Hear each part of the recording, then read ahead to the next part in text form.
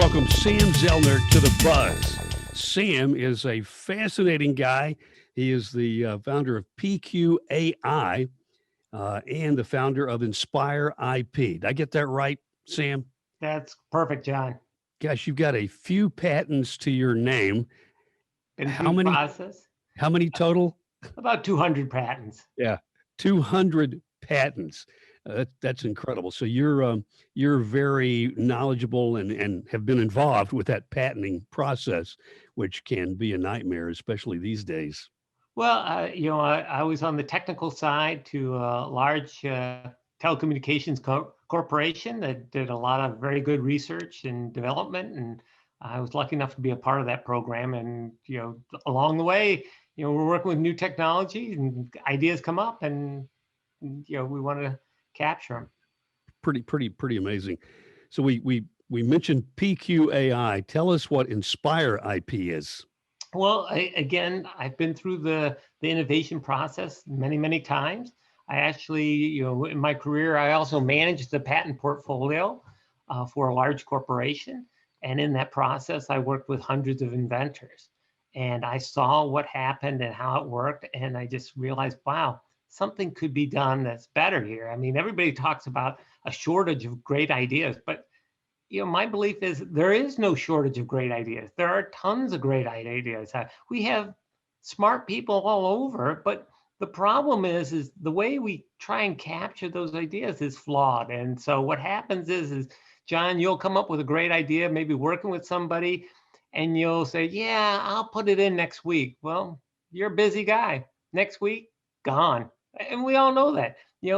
These ideas come to you, and because they're sort of different, unless you capture them right at that moment, they're gone. That's where a lot of people talk about having, the little notepad by the bed, right?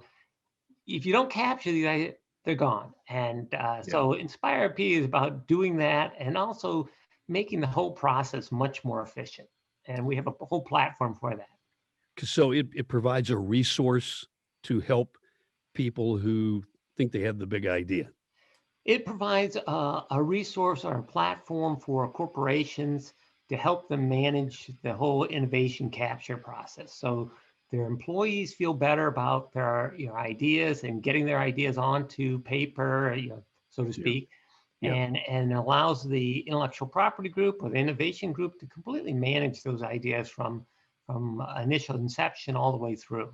And we have links into the collaboration tools, so you're not going off to something else to try and capture an idea. We capture it wherever you get it, we capture it. Okay, so let's talk about the the guy in his garage, the guy in his basement. He's worked on an idea. What what advice would you give him? So he's captured the big idea. He thinks, he hopes, Yeah, and, yeah. and he's got his notes, he's got his stuff. What's step one for him to secure that idea, to protect that idea? Well, I would say even I'd step back a little bit, John, because the securing of the idea that typically people would suggest a provisional patent. It's Yeah, very yeah. inexpensive. There's no format structure to it per se, and so anybody can do it, and you can apply at the patent office for it. But Okay. Now, well, first explain what a provisional patent okay. is for those who don't know. I think of it, and then first of all, I should acknowledge that I'm not a patent attorney, even though I've been through the patent process many times. But what a provisional patent is think of it as almost like a bookmark. It says to the patent office uh, in private, basically, and that's important to understand, in private, that, hey, I have this idea and I'd like to bookmark that I got this idea and I haven't decided whether I want to file on it or not. So it's not an actual patent filing, but it holds your spot there, and you have a year in which to decide whether you're going to file or not. Now, do you have to have an attorney to do that? You do not need an attorney. That's the beauty of it. You don't have to have an attorney. Of course, a lot of people would say, there's still trickiness in the sense that, if you don't document it properly, then you might not protect your rights effectively. So, I always suggest that you at least consult a patent attorney, because if you haven't been through the process before, it's a little bit tricky, to say the least. And you hate to fumble and think you have your idea protected when you don't. Yeah. So, but it's a good way to get started on protecting your idea. But I would say even before that, and this is where we get into PQAI, the Patent Quality Initiative. PQAI is addressing the inefficiencies in the system right now for inventors, and it's really important because I think inventors typically have lots of ideas. Yeah. And don't be discouraged. I tell all inventors, don't be discouraged if your first idea, second idea, third idea isn't the big idea, or Yeah. even a good idea, because it's just hard. It's tricky. You're trying to predict something in the future. You're trying to predict people's behavior, people's tastes. It's very hard. So what we saw was that if we could provide tools, different tools, and one of the tools we've created, and this is an open source system. So the idea is it's going to be open to everybody. It'll be inexpensive so that people can use it. Think of it like Linux or something like that. It's available. But the idea is that when you come up with an idea, John, typically what do people do? A lot of times people go, you talk to a friend and say, hey, I got this idea. What do you think? Do you think it's novel? You think it's original? Has anybody else done this? You might do some searching, rough searching on the internet. But if you're going to protect it with a patent, it's a little higher bar, because it's not about, I think some people are thinking, well, nobody has a product out there, so therefore it must be a new idea that I can patent. Well, Yeah. it doesn't. People don't need to make it into a product. They could just mention it in a research paper. They could have maybe a patent filing on it, but they just never made the product. And if they do, then you can't patent it, right? You can't duplicate patents. So what we've created is a tool, a simple tool that you can search to see if your idea is novel. And it looks through patent information, patent application information, non-patent literature to give you an idea. It's in some ways like a Google search engine, but designed specifically for patent and novelty, which is a little different. Okay, so they could go to your website and use that tool to search? They can go to that they can go to the website. It's free, it's available to anyone, and it makes it very easy for you to search on your idea and get some sense as to, is it novel or not? And if it's not novel, don't get depressed, because you can look at what some other people have done and either ask yourself, this company came up with my idea and they didn't implement it. Well, maybe there's something else going on here. Maybe it's too expensive. Maybe they find out people don't like it. Yeah. Who knows? But it's insight. You get insight, which is always very important for an inventor. Okay, so if they filed a patent on this idea A, Yeah. and they didn't implement it, they didn't use it, and they filed it maybe 5 years ago or so, is that, when does it become fair game at some point, or do they have it Yeah. in Well, perpetuity? from a patent standpoint, you get 20 years from the date of filing. Okay. So, from most recent patents, I'll put it that way. They changed the rules a little bit in the past, but let's talk recent rules. 20 years. Okay. So then you could utilize it. So if they haven't used it in a 20-year period, then it could be fair game. No. Just because they haven't implemented it does not mean you can use their idea. They patent their idea. They've gotten it granted. They have a patent on it. You need a license if you are actually using their idea that was covered within the claims. Okay. But importantly, John, it's about you trying to patent the idea. You can't patent if they've already disclosed the idea, if it's been shared with the public, then you can't patent it. It's common knowledge. And you come up with an idea for the mousetrap, somebody's already patented it. You got to think of a new idea. That's right. And that's a good, John, I'm glad you brought up that example, because this is why we felt PQAI was so important. So you take the example of the mousetrap. Interesting, the European Patent Office tried to give guidance to inventors. And they said, listen, if you came up with, you're thinking about an idea around a mousetrap, you might search mousetrap in their search tool, right? And that's going to bring up 2 million results. And they go, 2 million results is not practical. So you might try rodent trap. And rodent trap brings up 700,000 documents. Well, that's not practical. Then they say, trapping mice, use those terms, because they're using a Boolean search engine. Trapping mice, maybe that would be the way you should do it. And they go, well, that brings up 700 results. Even that is just like, So they finally sort of say, you know something, this is really hard. You can't do it. Get a professional. And so that's why we said, you know, this is crazy. You can't get a professional every time you get an idea, because inventors get lots of ideas. Yeah. You can't be spending thousands of dollars and finding out, oh, your idea is not original. Oh, I'll just go to another $1,000. So what we decided was with artificial intelligence, which everybody's talking about, but it's basically a learning algorithm. And we ran through all the citations within the US patent system and trained it so it knew and would understand when you use terms. So say you use the term wireless, common term, right? I have a wireless device that does such and such, right? Well, you got to understand wireless might mean Wi-Fi. It might mean Bluetooth. It might mean 802.11. There's lots of different ways you can refer to wireless. And if you don't know that, then how are you going to do a Boolean search trying to put in all these terms? It's too hard. Our system, because of its intelligence and being trained, it knows when you say word wireless, it could mean this, it could mean that. I'll be looking at all these different documents to try and figure out what is related to your idea. Okay, so your tool is going to help me on the mousetrap idea to define it, and it's a better search tool, correct? It's a better search tool. That's right. It's a friendly. What you do is the way you describe it to a friend. Hey, my idea is about a mousetrap that can do X, Y, and Z. Right? Yeah. You type that right into our little search box. Right? The description you have, and a little more information is better than less, because it's complicated for the system to try and figure out exact context of your idea. But if you do that, the system comes back with 10 results. And we sort of limit it to 10 results because we want it doable for you as the inventor to see, okay, I can look over 10 results, because it takes time looking over documents. Yeah. So we give you 10 results. You can always get more. There's ways to which you get more, but we feel like if we can get our search engine to get you 10 good results, it gives you some confidence as to whether your idea is novel or other people already thought about it. And we also go a step further. We do something which attorneys would call claim charts, technical term, but just basically we take your idea, try to break it up into parts, and then we compare it to the documents and pull out parts of the document that relate to your idea.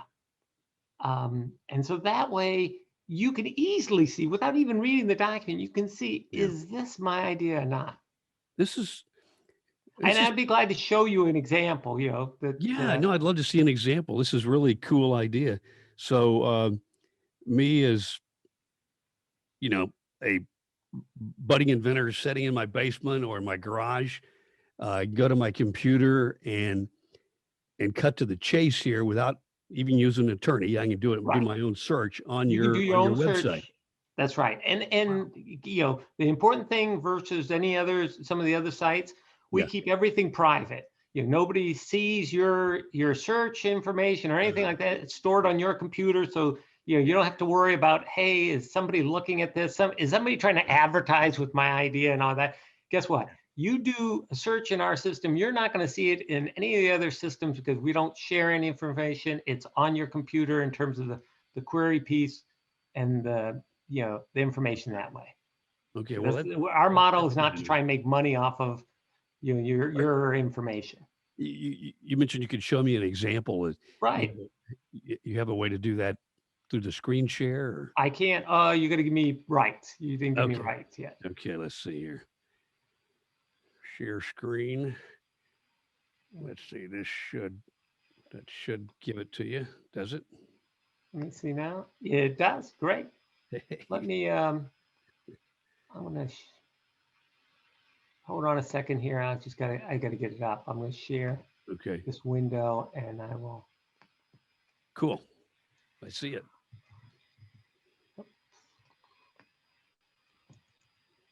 Get rid of this. Sorry.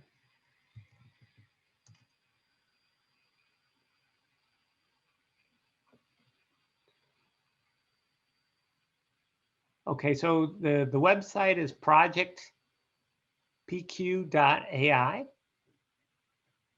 And this will tell you about, give you a background on PQAI and all that. You But could use a little. You could use an easier name for the. I for the know. website. Just saying. We're not marketing people. Okay, project PQ.ai. Project PQ.ai. Okay. Yeah, and I'll put it in the chat window. Yeah, here and we will list it below the video. We'll give a link. Okay, to it. good, because I think people will appreciate Yeah, that. yeah. Okay, all right. So let me go to the search itself. Let me know, make sure you can see this. Can you see it? Yes, I can see that. Okay, so here's an example. We have some sample inventions here that you can, so if you just want to try out a sample, click on the sample inventions. We got lots of different ideas in there. Nothing, specific, just a random selection. Yeah. So you could run this. I'll just put here, we have a concept of rooms, which is basically like tabs. We know inventors like to try out lots of different things, so not a problem. You can have a little tab for each of your different ideas, or whatever you want. That's fine. So you get, again, we're talking about 10 results. We'll tell you, well, we show you a little filing trend here, which is helpful. It just says, hey, here are people who are filing in the area that you're thinking about. And so it gives you a sense of, hey, does it go way back, or, was there activity, more recently? Okay. In this case, just again, I picked a sample idea. This was the idea that if you were looking at a display, the display would notice if you're squinting and say, maybe Sam's having trouble reading the display, I'll automatically make the image bigger. Okay. So that's just a simple concept, right? And so it just shows you that obviously people have been thinking about this concept at some level. We do a couple things here. One is we're going to tell you NPL, non-patent literature. So this is a research paper or something like that. Or you might see, in this case we have a lot of here's a patent. So we're looking through non-patent literature. We're also looking through patents and patent applications. So that just be aware of that. We also put it into what we call tech buckets. This is something called, and I don't, we're trying to keep it from being too technical. So this is really CPC codes. These are codes that are used in the patent office, but we just call them tech buckets. Okay. If you do a report, you can see what they are, but we just be aware of that. Okay. So let's just pick here. This is let's just pick one here. Let's look at this one. So what we provide, actually, let's go from a patent one. That's probably better. Okay, so this is actually plugging into the patent website right here. We actually downloaded the patent office provides their whole database that you can download. So we've downloaded that database. And that's updated available continually, I assume, or? Yeah, on a periodic basis, we download it. Yep. Okay. Okay. So what we show you here is basically an abstract from the document. Plus, in this case, for patents, we have a diagram, the first diagram. You get some sense there.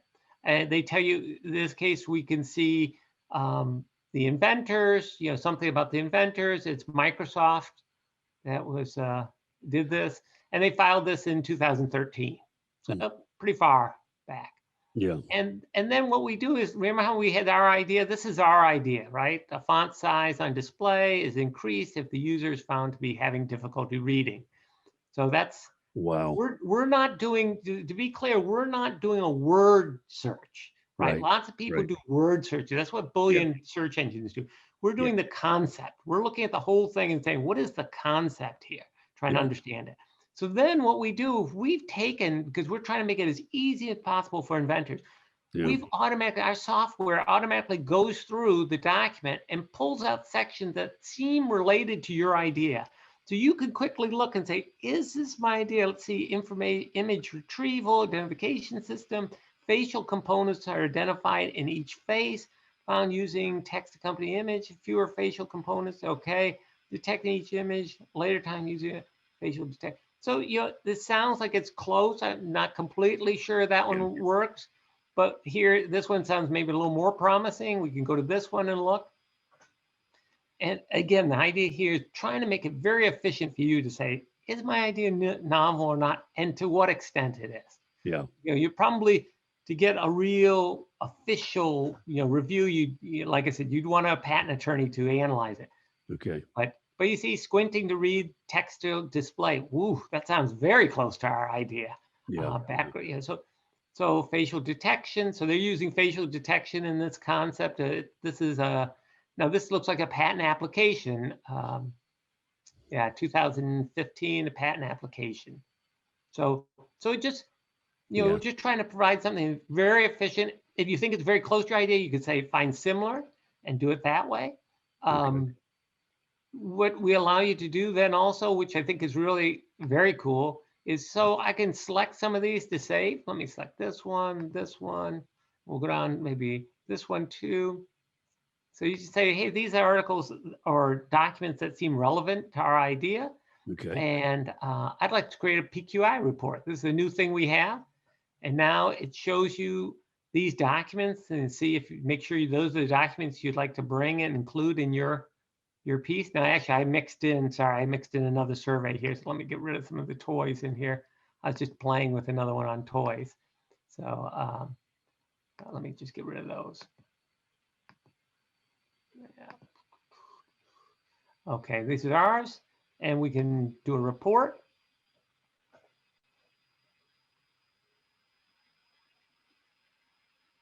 And here's your report. And basically, Wow. this is about the smart reader. We tell you a little bit about how to use it. It tells you, it has a copy of what you put in as your input, of course. It tells you what databases we queried. In this case, it's the USPTO plus the scholarly data. We give you that filing trend. We talk about technology search. See, this is what we call the CPC codes. Again, we keep it simple. Your attorney, when they look at it, will know these are CPC codes and tells you what area to look in. And then we give you a summary of what might be the prior art. Yeah. And then we give you basically that mapping for each of these.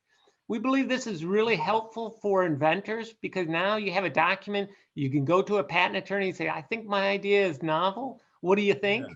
And it's going to make it much easier for the patent attorney to say, oh, okay, I can look at this. I can figure out what's going on here. Yeah, this is very helpful. They still might do another search, but at least this way they can look at a high level and say, wow, you have your act together. You know what you're doing. You also might utilize this, for example, if you're trying to get funding or support from somebody. You say, well, my idea is this. And they go, I don't know. Is that novel? Yes, we did a search. We think it is novel. Here's the search we've used. It's not a end all be all search, but it's a good start, I think. Sam, I mean, this is incredible. Seems incredible to me to be able to do this, and I can do this right from my computer. Right, and again, it's free. It's free. Totally free. It's free. Wow. Now we also have, and I should put in a plug. We have an API, fancy name for a plugin capability to link it in. For those people out there that have websites, whether you're a patent attorney, maybe a group that works with inventors or others, we have APIs so that you can incorporate this right into your website. So rather than going back, going off to PQAI, you say, I'd rather have it in my website, maybe integrate it with other things. We have an API that you could utilize. How do they get that? They would contact us and we work with them to implement the API. It's not really for the API is not for the general public. It's obviously a much more, it's a technical piece that, website people would integrate in. Or that's a link they would get from you to put on their website if they're okay. I get you. Seems pretty amazing to me. I mean, this is very helpful too. And I want to highlight a couple of things. One is this is work in progress. There's another component that is really cutting edge. And I'm going to get technical on you, John. So, so when you go in a file for a patent, there's a lot of what we call rejections you can get from the patent examiner. Yeah. Number of different ones. Two common ones is what's called a 102, which is anticipated. And again, I'm talking about the US system. It's a little different in Europe, but let's just keep with the US system. Okay. But there's parallels. But what they call anticipated, and that's a 102 is referenced as a 102 rejection. And what it says is, here's one document that has your whole idea, John. This Okay. one document has your whole idea. So I'm sorry, we can't give you a patent. This is not novel. Yeah. That's, Okay. That happens in about, and again, it varies, but 20% of office actions will include a 102. So Okay. if you file, it's very likely you're going to get a 102. The other piece, which is even more common, and most people don't even know about it, or most filers don't really understand it, is referenced as a 103. And this is called obviousness. So the example would be, just keeping it very simplistic. Yeah. Example is you say, hey, I think it'd be cool to have a cell phone with a camera. Well, potentially, and again, this is not science, this is law, right? Right. The examiner could say, I'm sorry, John, that is a 103. I'm going to reject it under 103, saying, look, cell phones exist, cameras exist. It would have been obvious to put those two together. Nobody's filed a patent or written a document that has both of those, but I have a document here that describes the cell phone. I have a document here that describes the camera. So it would have been obvious to put these two together. So I'm not going to give you a patent. It turns out that happens about 80% of the time. Wow. So you really need to know that, because it's really hard, because right until now, there were no search engines out there that provided you a 103 search, or what we'll call combinational search. No search engine says, hey, John, I couldn't find your idea, but I found this and this and this and this, and we put them together, that's your idea. Yeah. Nobody does that until now. We have an alpha version of 103, which is on the website. You can go to filters and select 103, and it will try and combine two documents together to get your idea. Wow. It's very hard because you're not trying to do a word search. That's not really, the idea is you got to say, are these two items relevant to believe that it would have been put together? In other words, it's hard if you take an idea that's in area A, an idea in area B, and they have no relationship at all. People would say that's probably not obvious. Now there's still debate, but if it's in the same technical area, then there's probably a much stronger case to say it would have been obvious for somebody to put these two together. So, it's good for the inventor to know that exists. It's technical. I would strongly encourage you to, again, talk to a patent attorney about it, but you should be aware of it. So when you could do it to 103 search and sort of see what things are being combined to get to your idea. That could save you some legal money too. You'd already know that. That's what, we want you to feel as confident as possible when you go to your patent attorney that your idea is novel. So, rather than in the patent attorney spend money trying to figure out and say, it's not novel. And, in that case, you're still not, the patent's not dead, because your attorney can then make a case that it's not obvious, or. That's right. The attorney can argue around it. So it's very possible he or she might say, it wasn't obvious. No, this is referencing something that's not really the same as a cell phone, that, is a tablet, say. So, it's not, there's various ways you can work around it, but you want to be aware of it. And most inventors are not. Yeah. Very interesting, and a very useful tool, obviously, for anybody who has an invention idea. And you don't have to be, it sounds like you don't have to be too technical to use it. You could, you don't have to, and you don't have to have an attorney. No, that's the beauty of it, is you don't need to be technical, and I would encourage people, inventors, use this as a tool to improve your idea. So if you look at it and you say, oh, look, they thought of this and they thought that's pretty close to my idea, but they didn't think of this part, so I'll add in this part. So you get ideas from this, and you get ways to improve your ideas from learning from everybody else, which is really that was the concept of the patent office. And then I would just say, just Bren Franklin, one of our founders, inventor, entrepreneur, and all that. What did he say? He said, if you fail to plan, you're planning to fail. And that's what we sort of feel like. If you Yeah. don't use, something to search to see if there's art out there, if people have thought of your idea already, then you're sort of setting yourself up for failure and, wasting time and energy. And we don't want to see anybody doing that. Yeah.